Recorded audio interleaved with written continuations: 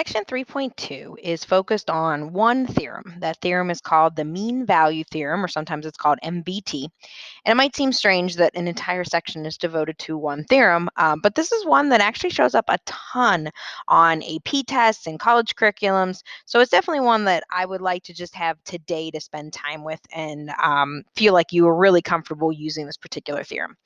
So I'm going to use the picture that's on the screen to kind of explain what's happening with this theorem.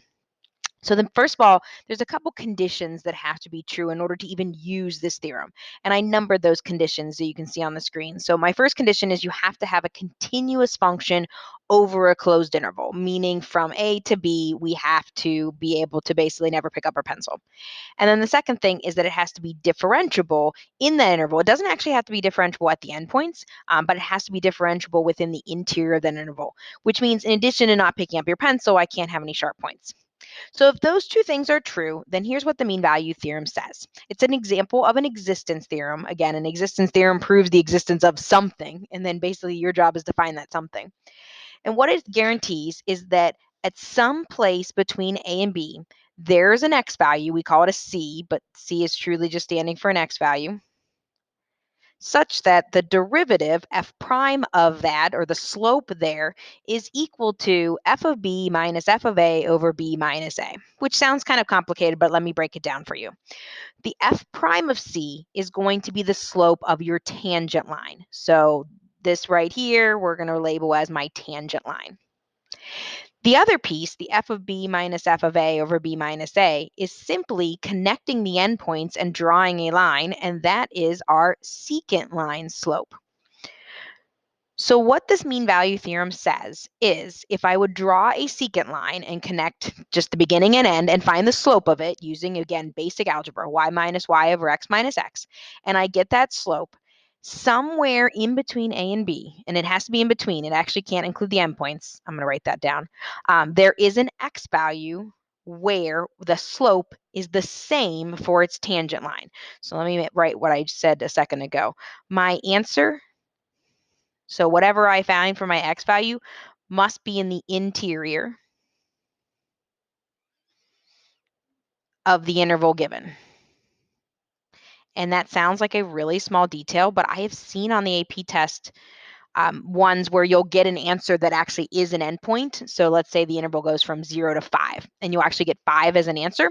That is not considered one of the valid solutions. So you want to make sure that whatever answer you get for x has to be in the interior of the interval. And what the theorem guarantees is there's at least one answer that's in the interior. There could be more, but it's guaranteeing the existence of at least one answer. So now when you're doing this side is going to be represented by the derivative. And this side is going to be a numerical value because it's going to be a slope. And so essentially what you're doing is you're taking that derivative and setting it equal to that numerical slope that you get when you do f of b minus f of a over b minus a. And then your job is to solve for x and make sure that your answer falls somewhere in the given interval. Now, in terms of velocity, and we're actually going to finish with this idea, with velocity, the same could be said with the mean value theorem, but now when we think velocity, this side is your instantaneous velocity, your derivative of position. This side is your average velocity. So in terms of velocity, what it says is if you have a continuous path, so I'm driving on the highway and I don't stop for any reason, I don't turn around, whatever my average velocity is, so let's say I averaged a velocity of 65 miles per hour. What that means is at least one time in your interval of driving, you had to be going that exact 65 miles per hour. Technically, if police officers had a really strong grasp of calculus, they would be able to say, you know what, you averaged 70 miles per hour because we know when you started and when you finished. So that means you had to have been speeding and going 70 miles per hour at least one time in the interval. Now, granted, you could have been on cruise control and you could have stayed at that 70 miles an hour the entire time. But at least once your speed had to have hit that 70 miles an hour. So let me show you how this works in terms of equations. I'm going to show you kind of some really basic ones that I have from past years, and then I'm going to show you how it's presented on the Delta Math assignment. So you have to be given a function. You have to be given an interval. Sometimes they'll come out and say, hey, use this formula. Other times they'll just use words and say, okay, we're using the mean value theorem. You will notice if you look at this function is not continuous at 0 because of this denominator. However, 0 is not in my interval, so I'm okay. As long as that interval that's given is continuous and differentiable, we can have issues outside of it.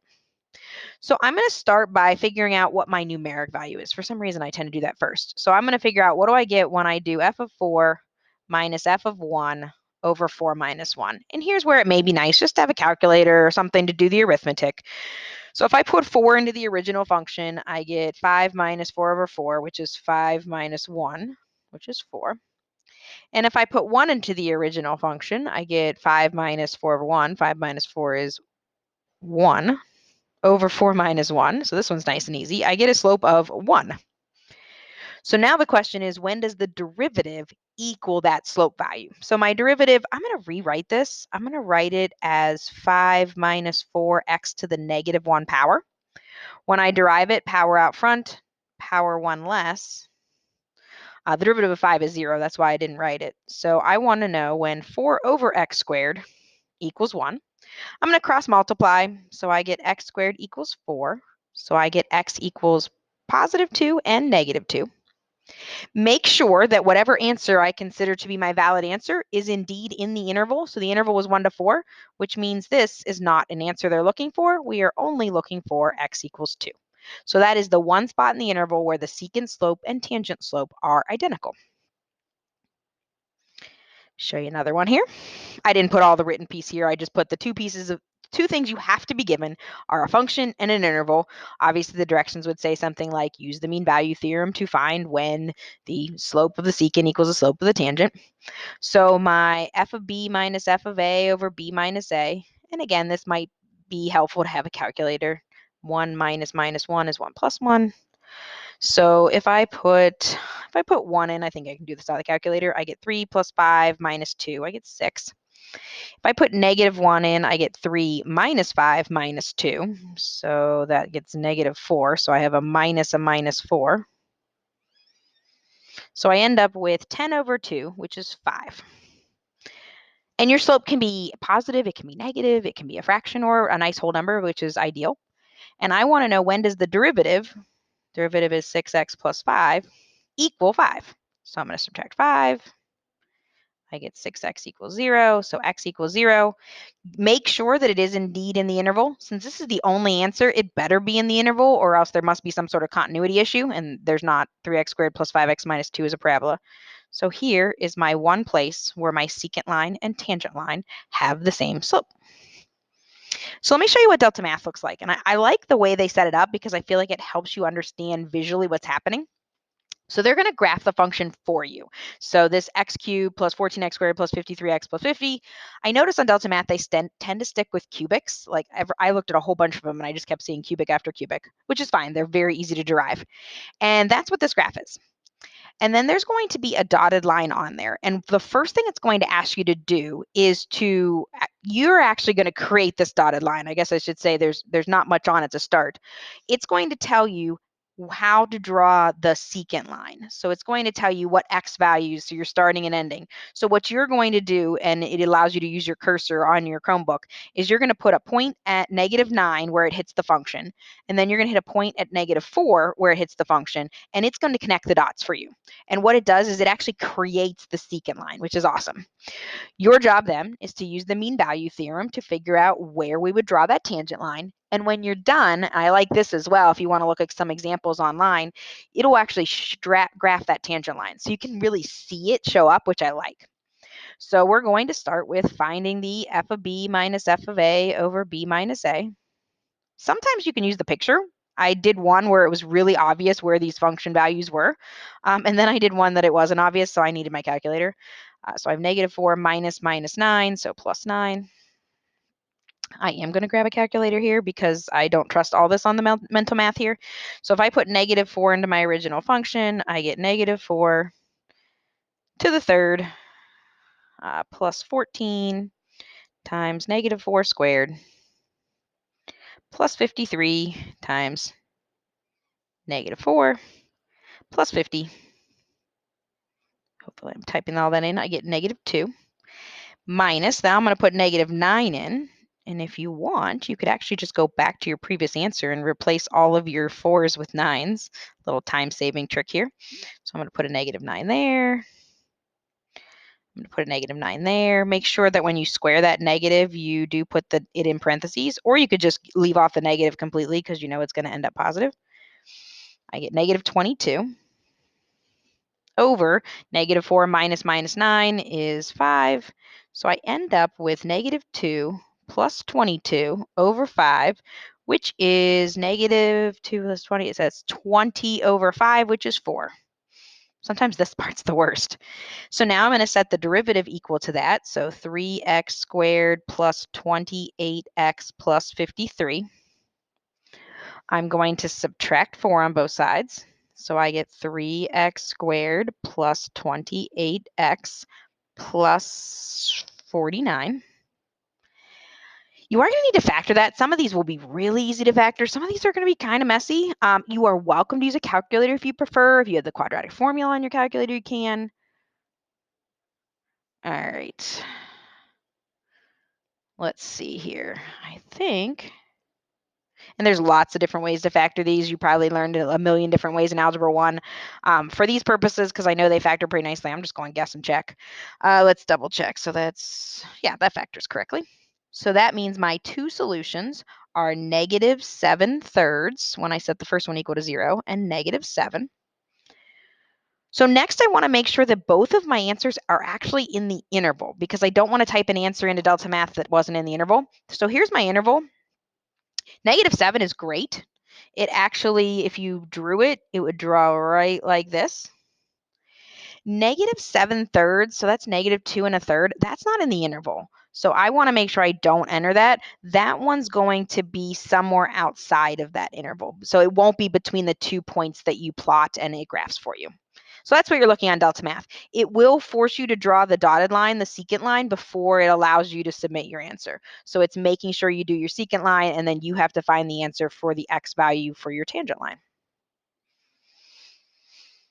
Same idea here, and again, I showed you the picture. I just think it's nice to have a visual. So this is going from -1 to +7. So I already plotted this one and then cut and paste the picture. And we need to figure out what f of 7 minus f of -1 over 7 minus -1. Again, I think a calculator is helpful because I can tell -1 is at 0. I will say that by looking at the graph, that I can actually see. But I really can't tell where f of 7 is other than I know it's between 30 and 35. Rather than guessing, let's grab a calculator.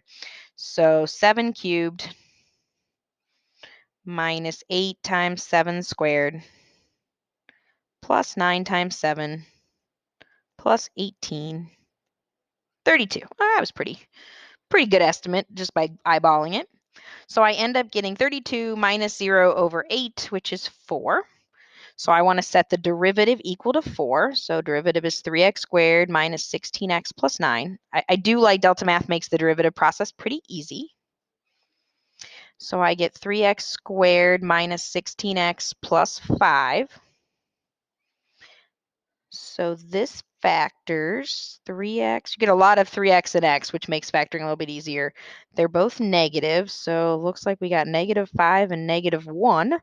Do a quick double check that multiplies together. So my two possible answers, I say possible because I still have to check the interval, are 1/3 and 5. They are both in the interval. So my interval is -1 to 7. 1/3 is in there, 5 is in there. So I do have to input both answers into Delta Math. I could actually eyeball a picture here. So if I draw a tangent line at 5, you can see how they look like they're parallel. And if I draw a tangent line at 1/3, 1/3's like over here. So you actually see why we have two answers, because we have two places where it looks like my slope is the same, and the calculus confirms that. So the last thing I want to do is I want to show you how this works in terms of velocity. The velocity ones tend to be even easier than just your regular equation ones. So we have an equation. This is representing position. Position is going to be either s or x of t, so in terms of time. And we have an interval. I honestly don't know if we're working in minutes or seconds or hours. It wants to know your average velocity, and then it wants to use the mean value theorem to figure out when we have the same average velocity as instantaneous velocity, which is the mean value theorem. Sometimes they will not come out and actually use the phrase mean value theorem. They will use, I want to know when the instantaneous equals the average. Or sometimes they'll even say, I want to know when the slope of the tangent and the slope of the secant are the same. So you do need to recognize that phrasing. So my average velocity is going to be my velocity, or my position at 3 minus my position at 0 over 3 minus 0. So my position at 3, again, negative 4.9 times 3 squared plus 500. I get 455. Get my pen back. I get 455.9, I think it was. Yep. And then my position at 0, if I put 0 in, I get 500. So minus 500 over 3 minus 0. Make sure I got everything there. So I'm going to take 455.9 minus 500 divided by 3. I get negative 14.7. So that is either, I mean, it could be miles per hour, meters per second. Again, I wasn't given a unit, but I know that's my average velocity. And I'm going to set that equal to my derivative, which is just power out front. So 2 times 4.9 is 9.8, power 1 less. And I'm going to solve just by dividing. You'll notice the negatives cancel, which is great because you can't have negative time. So I'm going to divide by negative 9.8, which is 1.5, which is definitely in the interval. It's actually smack dab in the interval. So at 1.5, again, I don't know if it's seconds or minutes, I have the same average speed, average velocity as I do instantaneous velocity. So that's your mean value theorem. It will be asked a lot on the AP test. I feel like every year it's asked at least once or twice. And once students practice it, it seems to be a theorem that they get pretty comfortable with.